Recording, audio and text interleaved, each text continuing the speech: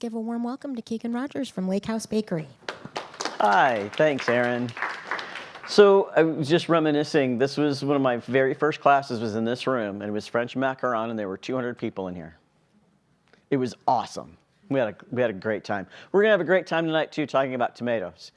And you're like, tomatoes, really? No, really. Tomatoes are pretty awesome. I'm Keegan Rodgers, pastry chef, founder of the Lake House Bakery. We're midway through year 8 in business. I've been in food for over 35 years, a culinary educator for over 15, and I love everything about food. Everything. Except Brussels sprouts and ketchup. And we're going to talk about ketchup a lot tonight, because tomatoes. All right, so what else we can talk about tonight? Tomatoes 101, just some basic information about tomatoes, some fun facts, some history, the types and varieties. We're going to talk about picking why garden tomatoes taste better than store tomatoes, and I have some of both. Then we're going to talk about what tomato does better with what thing, how you can have the taste of summer come January and February, because it's kind of cold then. I mean, I don't mind the cold, but tomatoes don't like it. Then I'm going to demonstrate how to make the simplest, most delicious tomato sauce you've ever had in your life. And then you get to taste it. And I've got a variety. I've got some tomatoes that I picked up from Jacob's Fresh Farm over in Chelsea. And I've got some that I picked up at local grocery stores. I've got some sourdough bread that you can dip it into the tomato sauce, because that would be torture to make it and not let you try it. And I'm not into that. I've also got some tomato powder, and we'll talk about that. As we're going along, ask questions. There will be some time at the end, of course, to do the same thing, but if you have a question, please stop and ask it. I want you to have fun and learn all about tomatoes. All right, you ready? All right, so some fun facts. Now, the Guinness has not recorded this as a world record holder, but effective last year, and I can't remember the gentleman's name, he's in Ohio, if I remember correctly, almost a 17-pound tomato. Can you imagine? That's a lot of tomato sauce, 17 pounds. The other one I really like is 1,200 off of one stem. Like, how big is that sucker gotta be? 1,200. I think that's awesome. I found this very interesting. The top consuming countries, China, India, and then the US. I would have thought the US would have been up there, because again, ketchup is like #1 food group for people, especially my stepson puts ketchup on French toast. Ew. And sugar. That's why. Oh. Well, he likes it savory, so they'll actually put salt and pepper in the French toast mix and then make a savory French toast, and then he does the ketchup, so I have to look away. They finally did the entire genome of tomatoes, and there are 3,500 genes, which is more than us, which I think is hysterical. And at one time, back in the late 1500s, 1600s, it was considered an aphrodisiac. At the same time, it was considered poisonous, which I think is very funny. Yeah. All right, so some history. The basic tomato plant itself came from the Andes. It was domesticated down in Mesoamerica. The Aztecs called it something. I'm not going to try to butcher that word because I don't speak foreign languages. And then the Spanish carried it through the Columbus Exchange over into Europe. And botanically, it's a berry, which strawberries are not. Yeah. Did you know that? Strawberries are not a berry, but tomatoes are, which I think is awesome. I love food. So in the Columbus Exchange, it did head its way over to Europe. And in Europe, because it is a member of the nightshade family, they thought it was poisonous. They refused to eat it. And this is Middle Europe. Southern Italy, because it was controlled by the Spanish, they were eating the daylights out of it. But finally, after a couple hundred years, Middle Europe did finally decide that, oh, okay, we can eat it. In that time frame, it was mostly for the very, very poor.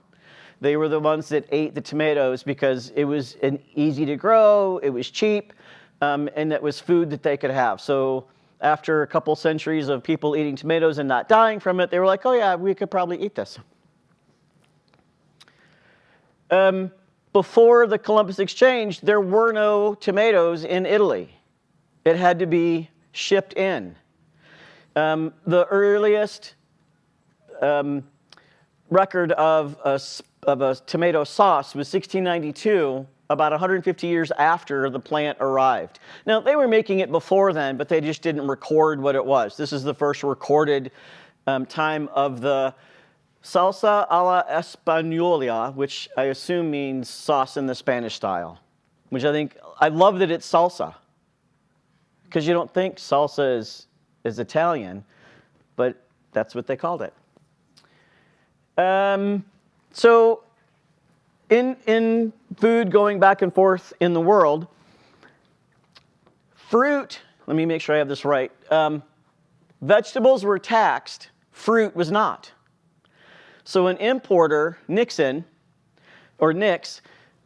sued the government saying you can't tax these tomatoes because it's fruit. And botanically, that's correct. It is fruit. The Supreme Court, knowing full well that yes, it is a fruit, but we eat it as a vegetable, decided that it was legal to tax it, and it's still taxed to this day and considered legally a vegetable. And it's only for tax purposes. And they made it very clear in their decision that, yes, we know it's a fruit. Yes, we know that this is not the way the plant is supposed to be intended for. But because we know that tomato is a fruit, but we were wise enough to not to put it in a fruit salad, that its intended purpose is for a savory thing. Therefore, it is a vegetable. Okay. Alexander Livingston in the late 1870s came out with 35 varieties of tomato seeds. This is middle Ohio. And just after this, 60, 70 years-ish after this, also in Ohio, so let's think, 1870, add 70 years, we're looking at what, 1920-ish, 1910-ish, somewhere in there. Heinz, we all know that name, right? Heinz also started growing tomatoes in Ohio, and to this day has, I want to say, 57 patents on different varieties of tomato. Just Heinz. Is that a joke? Because Heinz 57. No, it's not. Okay. It's probably more than that, but do you know why? All right, so the thing of 57, do you know why he chose 57? He liked the way it looked in the logo. He just liked the way the numbers looked together in that font, and that's why he chose it. Has no meaning whatsoever. Kind of like Haagen-Dazs. Means nothing. Tomatoes before Mr. Livingston were very lumpy, very ridged, and we'll see some of that in a little bit. He bred the plants specifically for a smooth, even color. Yeah? Not too much, no. Okay. All right. Yeah. No, it was really for the size, shape, and color. Yeah, it wasn't for flavor much at all. And then we can't talk about tomatoes and not talk about the flavor saver. It was the very first USDA-approved genetically modified organism for human consumption. And it tanked. It absolutely went nowhere. The idea was that they breed this specific type of tomato for transportation so that it was easy to transport across the country. And that's why they switched off the enzyme that softens the fruit so that, we'll talk a little bit about that in a second, so that it could ripen and still survive being transported however far from the field to the plant, then to the grocery store. It costs $10 a pound to grow it and sell it, but nobody is going to pay $10 a pound for a tomato, so economically it just wasn't viable. There's also the controversy around something that's genetically modified. Up to this point, anything that was changed in the tomato was done by hybridization. Plant changing, not genetically modifying on a molecular level. And it went nowhere. So tomatoes are probably one of the more diverse fruits out there, and I will continue to refer to it as a fruit because it is. And it's a berry. 13 different shapes of tomatoes, 6 different colors, 418 cultivars, and about 10,000 variety worldwide. So when you go to the grocery store, you're seeing a very limited supply and amount of tomatoes. And there's a reason for that. We'll kind of get into that. But aren't those gorgeous? Yeah, it looks like a decoration. It does, doesn't it? The colors and the shapes, and they're just awesome. All right, so let's talk about some varieties. They range in size, so we're going to start at the smallest. So the current size, which is the original plant. So the plant down in the Andes would have been this size. All plants from this one forward are essentially the same. They've just been bred for larger and larger varieties. But you can see in his hand how tiny they are. They're pea size, under 1/2 inch, and about 2 grams in weight. And it's Matt Wild's cherry and sweet pea. Those are the named varieties. So when you're going to the seed catalog and looking for some, that's what it would be named as. Then we've got cherry, a little bit bigger, the sun gold, sweet 100, black cherry, sun sugar. The grape, which is a little bit bigger, more of an oval shape. Not too much bigger though. Then we've got the cocktail or Campari, the Rosso Bruno, which are more of it's that top one, the more greenish color. The Saladette, the Prince Borghese is the far right. Yeah, far right picture. The plum and paste, the Roma, San Marzano, the Amish paste, about egg shape, that's that middle picture. The Globe Slicer is the Better Boy. Now, if you go to a restaurant and you order tomato on your burger, more than likely it's going to be a Better Boy. Because if you can see, it's that bottom picture. It's a nice round tomato, has a nice even shape all around, and it slices really well. And that's what they use for most restaurants. Beefsteak, a little bit bigger. The Brandywine, Cherokee Purple, the Mortgage Lifter, which is my favorite. It's the one in the guy's hand right there. The big beef. Oxheart has a pointed end, about a pound, up to 1/2 pound to a pound in size. That's a pretty good sized tomato.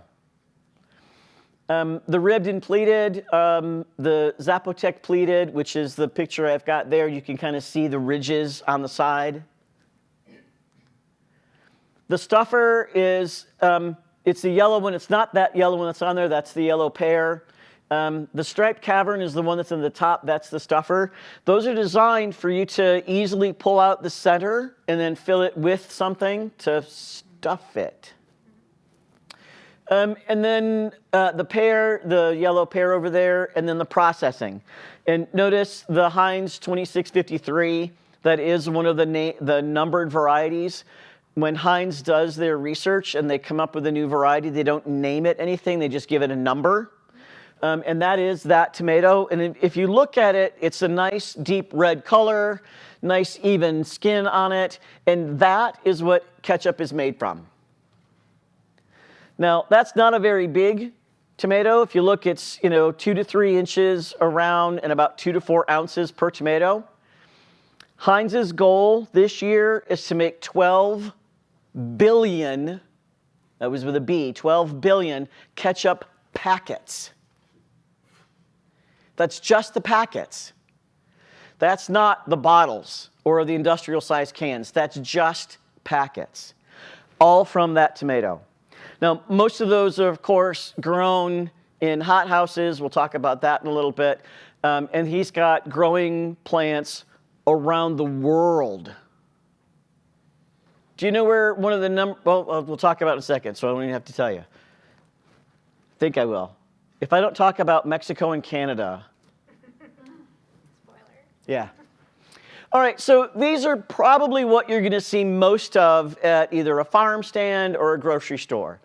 The slicers and beefsteaks, because this is what most people think of when they think of a big-sized tomato.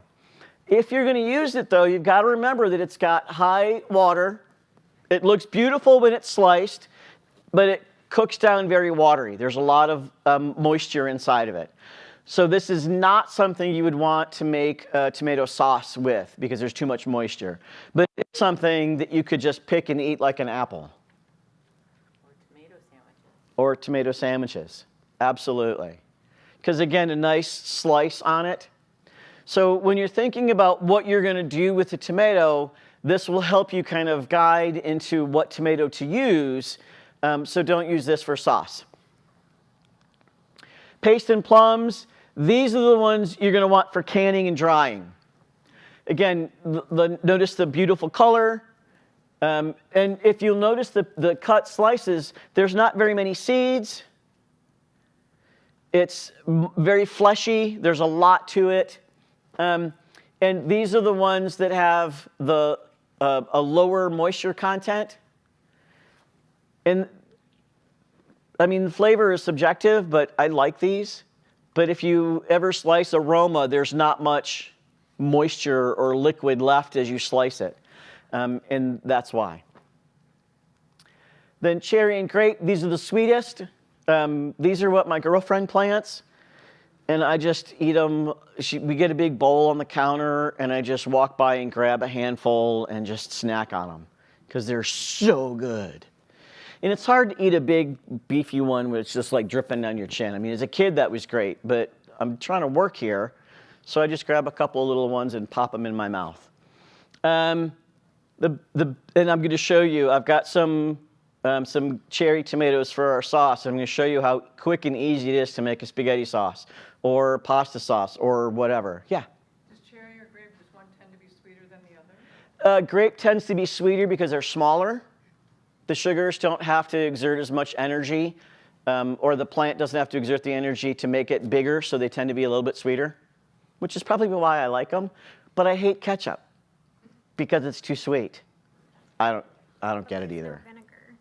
Well, I'm fine with vinegar. I love shrubs, but I don't know. Anyway, any other questions on varieties? Yeah. So you gave us so many options, and then you gave us 3 of these or 4. What about the other ones? Those are going to be ones that are not as common. There are some seed companies that have the other varieties available to grow, but these are what you're going to find in the grocery store. Because the other ones, the growers don't grow those. They don't have as much demand. I don't understand why. But if you go, there's a seed company that I don't remember the name of, and it wasn't Burpee. If you just Google tomato seed companies, there's one that has like 300 seeds. Seed Savers. Yeah, Seed Saver is one, and then there's one that's There's also the tomato. P something, but they've got weird politics too. Yeah, there's one that's like, it's Tomato Seed Company, and they've got like 300 or whatever different variety of tomato seeds. So since we're talking about seeds, let's talk about growing. Now, I will caveat all of this with, I have a black thumb. I kill spearmint. I cannot grow anything. My girlfriend, Jilly, she handles all of that. We tease each other. She handles the FLOWER, and I handle the FLOUR. That way we've got all the flower covered, but she's the grower. If you're not a black thumb like me, you want to make sure, this is because it's too late now, because now is when you're harvesting all your tomatoes. 6 to 8 hours of direct sunlight. And you want to make sure that it's we'll talk about soil in a second too. Greenhouse is okay, right? But as long as it had a good, solid amount of sunlight, because the photosynthesis matters, and that's where the plant gets its sugars from so that it grows, so that you get lots of fruit on it. 65 to 85 degrees when the soil is that warm. Now, just because the air temperature is that warm, wait until the soil is that warm. They are very frost sensitive. And we all know that it snowed on Mother's Day before, because this is Michigan. So just wait till it's good and warm before you plant your tomatoes. If you've got them in the house and have them started there, that's great. Keep them there. And then when we know for sure it's going to have a nice long stretch of warm and the soil is good and warm, then you can transplant them.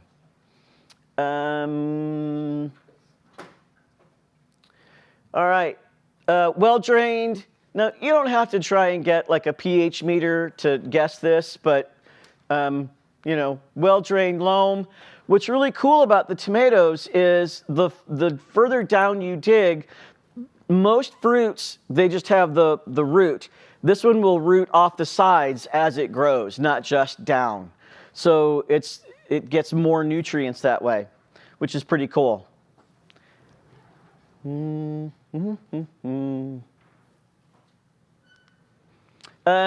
got to be careful for blossom rot. That's what that is and looks like. Some tomatoes will split as they're growing. That's okay. They're still edible. Don't eat that. You've got to make sure that you're watering it evenly. And it's a calcium. It isn't a calcium shortage. It's uneven watering. So just make sure you're watering the ground, the soil itself, not just the leaves. Watering just the leaves will tend to burn the leaves. They'll get sunburnt, like me. If I'm in the sun too long, I look like a tomato. Mulch and water evenly, and that stops. So 1 to 2 inches a week, deep at the base. Steady moisture is the key. And Jilly will let me water her tomato plants, but that's as far as she lets me go, because again, she doesn't want me touching. I'm still not sure how it killed spearmint, but I did. Yeah. So is it better to use a soaking hose than a... Yeah. Yeah, because the sprinkler is just going to hit the leaves. So you want something to get under the leaves and actually into the ground to let it soak in. Yeah. Doesn't reducing water also increase the flavor, though, at some point in the growth process? It depends on where you are in the growth cycle. It does need the moisture to continue to grow to get the sugars. So I would say as it's berrying and fruits are there, you can pull back a little bit, but as it's first growing, just give it as much as you can. Indeterminates need caging early. Determinates don't. And who knows the difference between an indeterminate and a determinate? And I will probably get this backwards. So an indeterminate means that it will fruit off of the branch in a variety of places. A determinate is the end. And again, I may have that backwards, but I'm fairly sure I don't. So since your determinates ripen all at once, don't prune them. I may have it backwards. Because if you prune your determinants, you're removing your crop. That the flowers on there are your tomatoes. But the indeterminates tend to vine, and the vine needs some support. So cage those. And the seed packets will tell you which one it is, the variety that you have, whether it's a determinate or an indeterminate. All right, so why do tomatoes taste so bad in the grocery store? And I'm going to say bad. Let me change that. Not like a tomato. Right? They taste like winter. They taste. That's the taste of winter. They just taste like nothing, really, from what I've noticed. Because they grow a specific type of fruit that can handle transportation, period. Because they also want to make sure that they get the highest yield per acre, and that yield can then make it to the store and be nice and beautiful red when you go to buy it. And they've bred out the flavor. Now, because most of them are in hothouses, which we'll talk about in a second, everything on the planet that grows in the ground has nutrients as part of the flavor profile. That's what makes a Chardonnay grape different in Germany versus a Chardonnay grape in France versus a Chardonnay grape up north in Michigan, right? They're all a Chardonnay grape, just like they would all be tomatoes, but the flavor is going to be different based on where it's grown and how it's grown. So those micronutrients play a part in the flavor. And since most tomatoes are going to be grown for grocery stores in a mass-produced environment, all they really care about is total yield. So that's part of it. They've selected the mutation for even red color.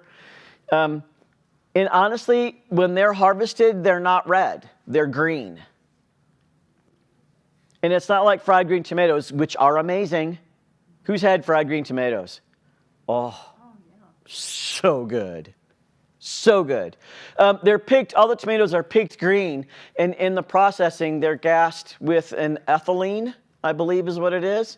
And that ethylene gas then brings out the red color. Because it's gassed a red color, the red comes from the sugar, and that's why there's no flavor, because it's not grown that way. Does that make sense? Did you have a question? Okay. Actually, Yeah. I thought, is it that they grow it so that it doesn't have as much sugar content, so that it lasts longer in the transport? Yep. Because sugars ferment and break down. And the less sugar there is in something, the longer it can stay. Tomatoes should never be refrigerated. Really. Because the refrigeration stops that sugar from growing, from processing through, and that will it will dull the flavor. So if you grow them at home, just put them on your countertop. Yeah. What if you've cut them open? How long are you going to, what are you using? Are you just cutting them open to? You slice up one of those tomatoes up there. You don't use all the slices. Would you put it in the fridge or leave it on the counter? I would put some foil, some saran wrap or plastic food film over it, leave them on the counter. Okay. Really? Yeah. Okay. If it's already ripe, why is putting it in the refrigerator bad? Because it's not, you don't want to get riper and rot. Right. That's why you would not, well, it's not going to get riper and rot. I mean, if you're growing them at home, you should be eating them fairly quickly anyway. You've got about a week from the time you harvest it. If you pick it, but you're like, okay, I need a little more time before I make salsa or sauce or something out of them. I don't put them in the refrigerator right away, but there's a point where if it's starting to get black spots on it, I either have to use it or I have to put it in the fridge or I'm not going to be able to use it anyway. If they're starting to get black spots, you shouldn't be eating them. Why not get off the black spot? Well, food safety, and my food science safety person says to me in my head, if you can cut more than an inch away from it, then yes, you can use the rest of it. But if you don't have more than an inch space between it and the rest of it, throw it away. Yeah. Not to belabor the point, but it's practical to go ahead and put them in the fridge because of the tomatoes that you buy in the store, they've already, been around for a while. And sometimes if you buy sweet enough tomatoes, I think it doesn't make that huge a difference. Well, I guess it depends. How much sweetness they lose. Right. Even Well, though, I know you're not supposed to, and every food person will tell you that. But in practical terms, I don't want to be running off to buy tomatoes all the time. And I say this knowing that not everybody has the capacity to grow your own. We also, and I'm going to try not to go too far into a geopolitical conversation on this, we're one of the few nations that buy food in such large quantities for storage at home. Yeah. Most countries buy what they need for a day or two and then go back to the store. But we live in the land of Costco. We absolutely do. Not just that, it's like people for FIFA came over and they're like, oh, I can't walk places. Like, oh, you just can't, and it's Right. dangerous to walk in the South. And so, there's Yeah. we're just not built for it in that No. way. And so, Right, it goes in Yeah. yeah, if you're in New York City or Yep.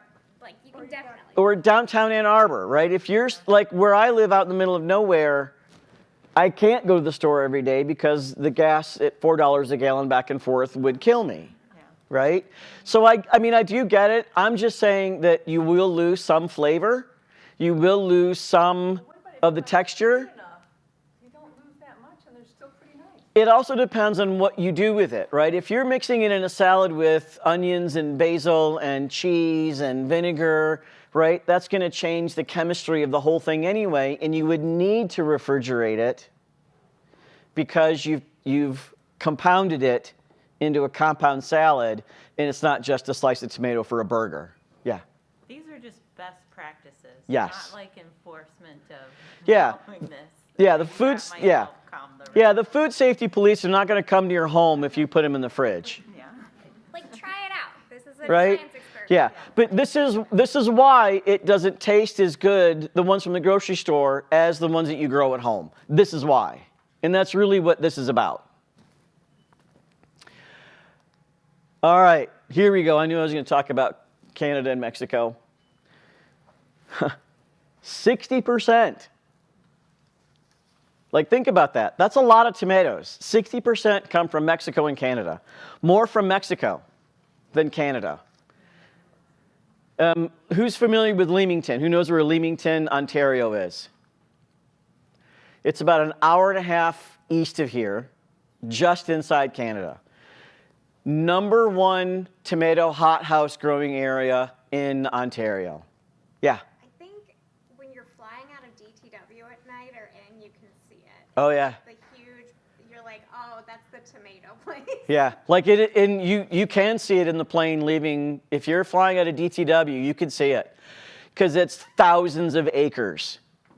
I mean, thousands of acres, all hothouse tomatoes. But the preponderance come from Mexico. 2.6 million metric tons, that's what MMT stands for, which equates to about 4.4 billion pounds annually. Right? So think about this 2 to 8 ounce tomato. That's a lot of tomatoes to make up 4 billion pounds of tomatoes. 510 million pounds from Canada.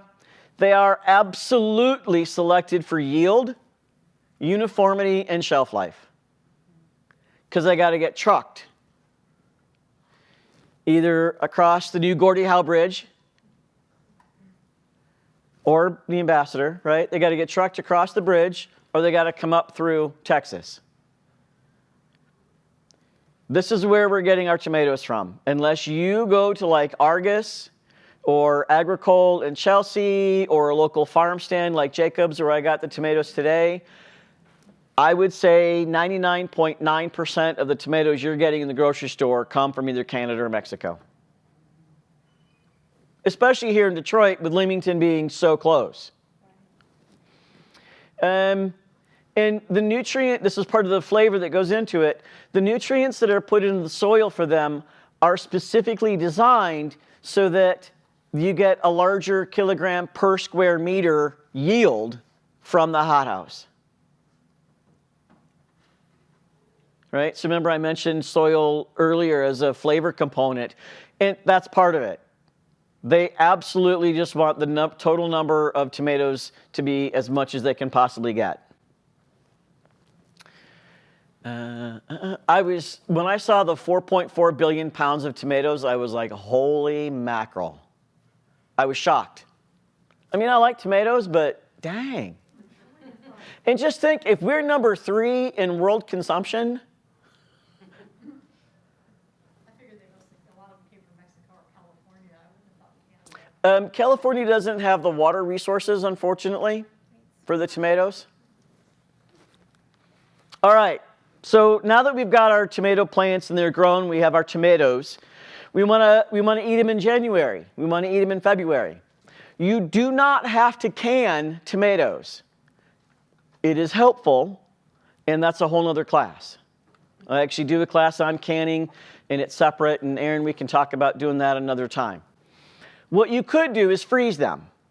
You could roast them and then freeze them. You could dry them and then put them into like a spice mill and make a powder, tomato powder. And I have some tomato powder that you can try tonight. Freeze them whole. Take the core out, then freeze them solid. Don't worry about blanching them, because the thing that nobody likes is the skin. When you bring them back out and thaw, the skin will slump off because of the freezing process. Unless you have a blast freezer. Anybody have a blast freezer? Freezes things from room temperature to minus 40 in 25 minutes, I believe, is the time frame. Talk about blast. They weren't kidding. That's how most tomatoes are frozen for, like, frozen foods, is through a blast freezer. And that's, believe it or not, Clarence Birdseye technology. It's just really like steroid enhanced. But that's frozen foods have been around for a really, really, really long time. It's just the speed with which it can be frozen. Since you don't have one, the speed with which you can freeze at home is fully dependent upon the freezer in your unit, right? So you put something in there, it takes a while to freeze. What's going to happen is the ice crystals are going to, because they're crystals, they have sharp, jaggy edges, they're going to cut into the cell structure of the tomato. So when you thaw it, it's going to become watery because the cell structure has been compromised. That's okay. You can still eat them. They're just going to be a little different in texture. You just got to be aware of that. And once you put them in warm water as they're thawing, the skin will just come right off. You could skin them first. To skin, take a small paring knife and kind of cut an X in the bottom, and then blanch, put in hot water for a second, and then pull out, and then the skin should just peel right off. Yeah? Are there particular varieties that freeze better than others? For freezing, no. They pretty much are, the more solid or firm flesh is going to be more like what you remembered when you first ate it, because there's more flesh to it. Some of the waterier ones, like the beefsteak, are going to have a little bit more moisture content, so they're going to change the structure a little bit. But you can freeze any of them. Vacuum sealing before you freeze them help at all? Not really. It's just how much work you want to do before or after. And you could also roast them. So again, core, whole, roast them whole in a sheet pan, put them in the oven and roast them, let them cool. And then once they're cooled, put them in a Ziploc freezer bag and freeze. Vacuum sealed freezer bags also work really, really well for this. The more you can vacuum seal out the air, the better, so they don't get freezer burn.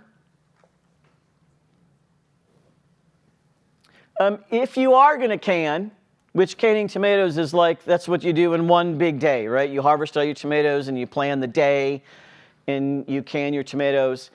There are really only two rules. And actually, I'm going to take that back. There's really only one rule. Follow the recipe. There are specific recipes for canning. Specifically, you must follow them.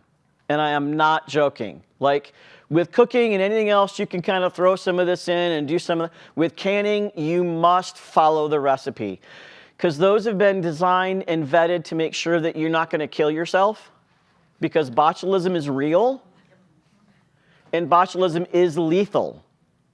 It will kill you. So follow the recipe. You'll need some form of acid in the jar, typically lemon juice. You could use citric acid.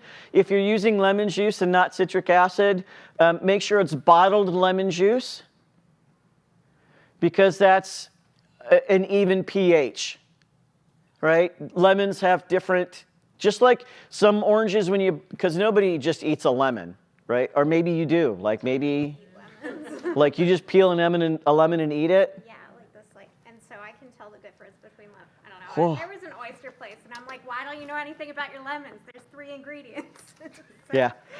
Yeah, I mean, if you peel your lemon and eat it, just like you peel an orange, like there's a difference in the amount of juice and sugar and flavor in lemons and grapefruits right? There's a difference.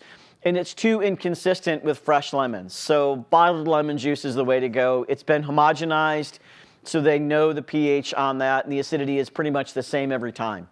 So other than using bottled lemon juice and following the recipe, again, that's a separate class. We can talk about that another time because that's a whole nother thing. Like canning is its own, like it's a lot. But canning is one of the best ways to preserve it over a longer period of time. All right, let's see what else we got. All right, so if you're not going to can it and you're not going to freeze it, what are you going to do with it? Well, you're going to eat it, right? That's the whole point. If you're just going to eat them, you're just going to slice them and eat them, just some flake sea salt, right? Like, that's really all you need. I prefer sea salt. I do not ever eat iodized salt because it leaves a metallic taste in my mouth. So sea salt, kosher salt. I like a flakier salt versus a crunchier or larger crystal salt. So the Malden flake salt, oh man, so good. Any sea salt will work though. Slice it, add it with some fresh basil, some fresh mozzarella. Turn it into gazpacho. Love gazpacho. So good. Like talk about summer freshness. Right? Make the gazpacho, vacuum seal it in a bag, and then freeze it and have that in January. That's what I'm talking about. Marinara, ketchup. Do you know ketchup was actually why ketchup was made? This is hysterical, and I love this. Why? Because meat was so gross. Like, I'm not kidding. Most of the meat that people ate back in the day was rancid. And to cover up the rancidity flavor of it, they used either Worcestershire sauce, which has been around forever, or ketchup. They would eat it rancid? Oh, yeah. Dangerous. They didn't have any choice. There wasn't refrigeration. I'm talking like 1850 to 1910, right? Yeah, I mean, they ate it rancid, even cooked. It was rancid, and the flavor was disgusting.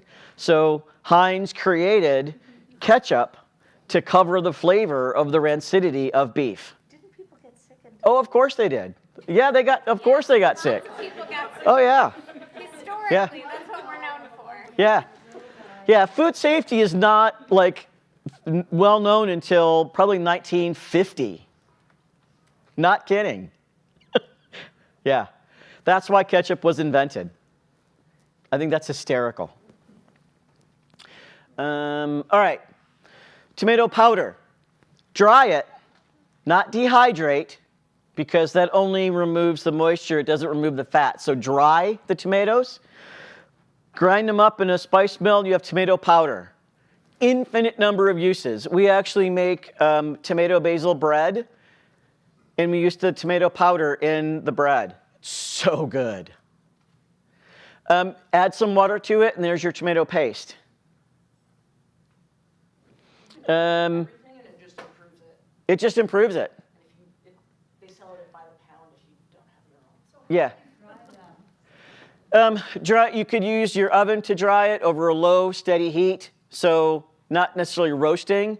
You could roast it first and then lower it down and then dry it completely so that you're caramelizing it and then drying out all the moisture.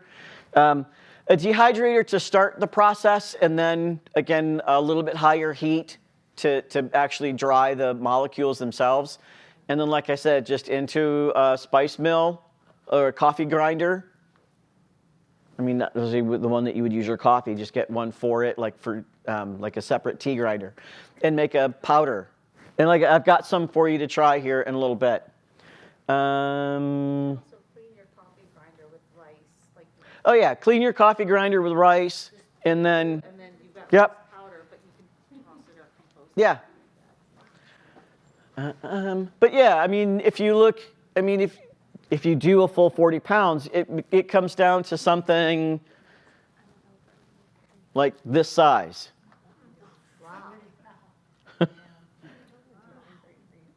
Because it's highly concentrated. Tomatoes are all water. Yeah. I mean, tomatoes are mostly water. All right. So any questions so far on what we've talked about? Let me go back a bit on. I mean, they're tomatoes. Eat them. Yeah. So they sell tomato powder. Do they sell varieties of tomato powder? Okay, cool. Just curious. Nope. Tomato powder is tomato powder. It's probably a homogenized variety of tomatoes that they use, or maybe they use like the beefsteaks or probably the San Marzos or something like that. The ones they'd use for paste and dry those. Do you know if there's a difference if you were to just do your own, like one versus another? No, try it out and tell me though. Okay. That sounds really good. That sounds really good. But yeah, By the Pound has it. I'm sure you could find it on the interweb somewhere. But I prefer supporting local, so go to By the Pound. It's a great shop anyway. All right, so it's just about 7. We've got a little bit of time. So what I'm going to do is I'm going to turn the skillet on, and I'm going to show you how to make a skillet blistered tomato sauce. Now, it's called skillet blistered because we are going to blister the tomatoes. And it is going to be really hot. Like it might smell like it's going to burn and be too hot, and that's okay. That's probably the right temperature for your skillet. And then just let them cook. You don't really have to do much to it, and they're going to boil from the inside out. And as they do that, they're going to pop. And that pop is what we want, because what that's going to do is that liquid's going to start to boil and it's going to condense down. And then I'm going to throw in some basil. I didn't bring any garlic, but you could. And then just eat it. Like you're going to be amazed at how fast and easy this is. The smaller tomatoes work better for this. So, not a beefsteak, and you don't have to do anything to them. So like you could just get the tomatoes off your plant, throw them in the skillet. Don't cut them, don't do anything to them. Yeah? By small, are you meaning like Romas or are you meaning like cherry? Roma's too big, so cherry or grape work better for this. Yeah? You said just throw it in the pot, so don't take the green part off? Take the green part. I mean, that's assuming that, yeah, but nothing else. Yeah, don't cut them in half, don't do anything, because you want the liquid to boil inside. And if you cut it open, it'll come out and you won't be able to boil it. But that's kind of what it's going to look like. I know it was hard for me to find a picture to do what I'm going to show you, but you'll see it. But yeah, take the green things off, add some olive oil, a little bit of garlic if you like it. Again, I didn't bring any to do it, and I didn't even bring the salt. I just have tomatoes and olive oil in the pan, like that's it. I did get Jilly did pull some basil off the plant, so I have some of that to throw in. And that's really all there is to it. And when you see how easy this is to make, and if you take my pasta class and learn how to make fresh pasta, who knows how to make fresh pasta? Oh my God, fresh pasta in this sauce. You will never buy that box stuff ever again. Like fresh pasta is amazing. All right, so let's see what else. All right, so let me go back here. I'm going to switch to that. I'm going to turn this on.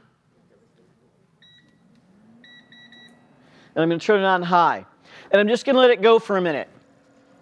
You can see I've got a variety of tomatoes in there.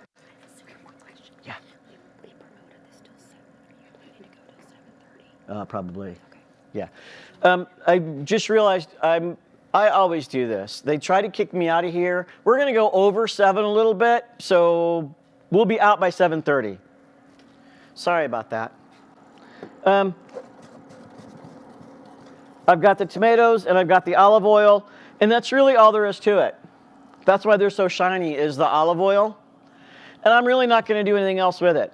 So what I'm going to do in the meantime is I'm going to come over and slice. I'm going to step over the cord. I'm going to grab some gloves, and I'm going to slice these tomatoes that I got from Jacob's. And it's going to sizzle, and it's going to pop, and that's okay. We're not going to do too much with it. What heat level are you doing? I have it on high. Oh, yeah. Yeah, absolutely. All right, I'm just going to borrow the camera for a second. Look at how beautiful that tomato is. Right? What variety is that? I have no idea. Jacob just had it listed as an heirloom tomato. The heirloom kinds. Yeah. Yeah, Jacob. Do you know where Jacob's farm stand is? So he's right, when you get off Old 12, off 94, his farm stand is right there. Yeah, right in Chelsea, so right before, I'm going to leave it right there.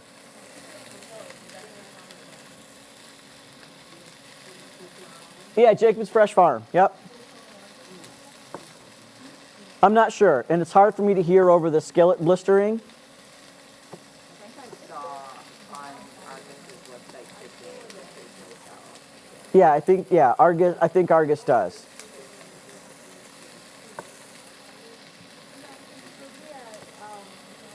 You know, because tomatoes considered a fruit, they do actually do it as like a snack dessert, and then they sprinkle sugar on top of it.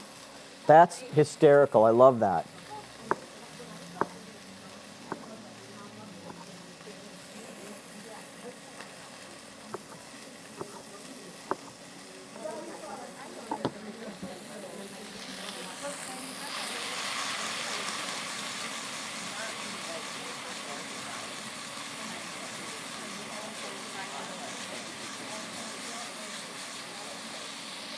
All right, so I've got that going. I'm going to, Also, there's American food everywhere.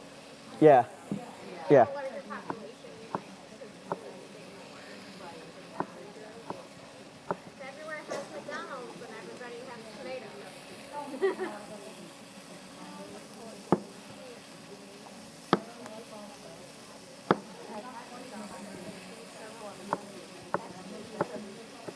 Definitely different.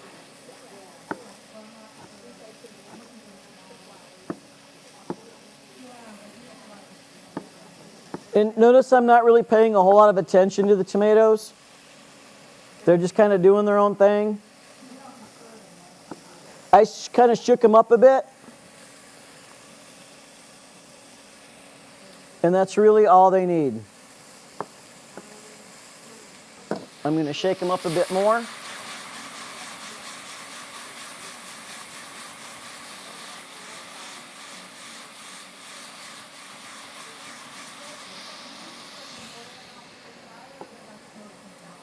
I can't hear you, I'm sorry. Is it smoke from the olive oil or steam? Both. Olive oil and steam.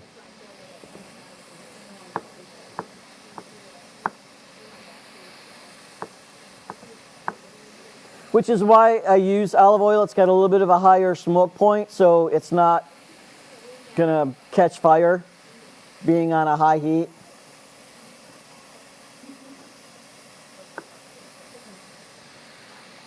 All right.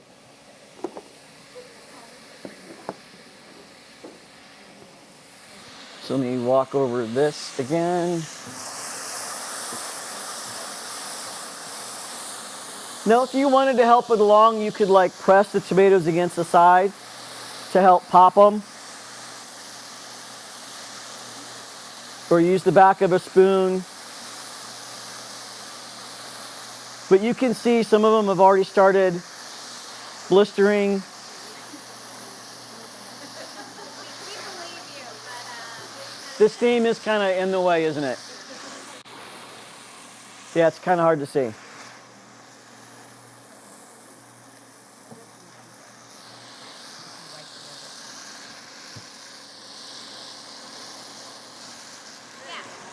Well, for a second.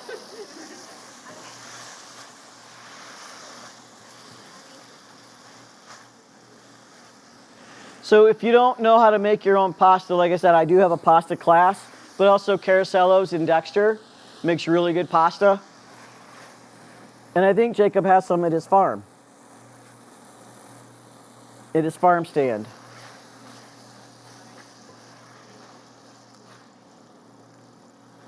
And you'll notice it's not sizzling as much That's because the liquid has been popped out of the tomatoes, and it's deglazing the bottom of the pan as well.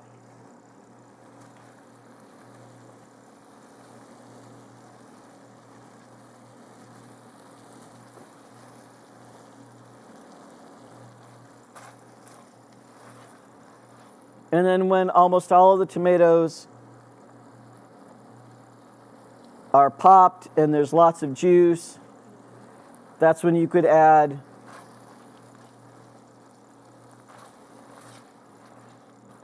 your basil and or garlic or crushed red pepper flakes or whatever else you want to customize this with, because you can totally customize this.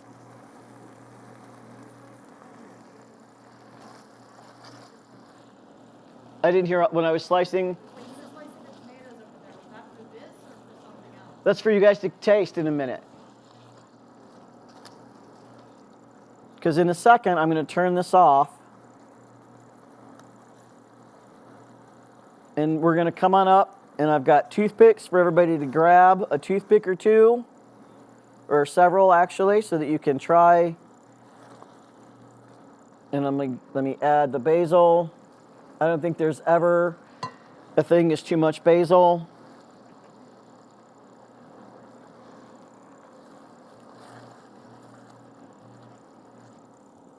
Let me see if that.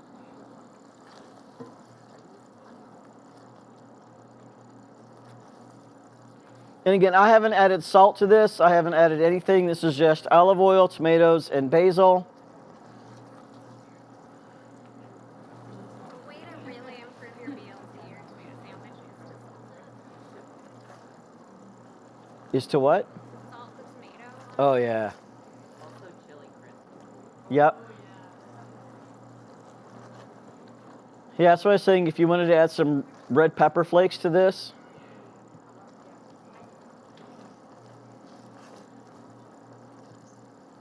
All right.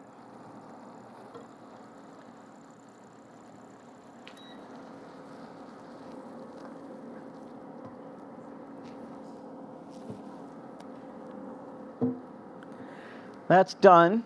So let me make sure I wipe this off to get the, so you can see it. What do you think? All right.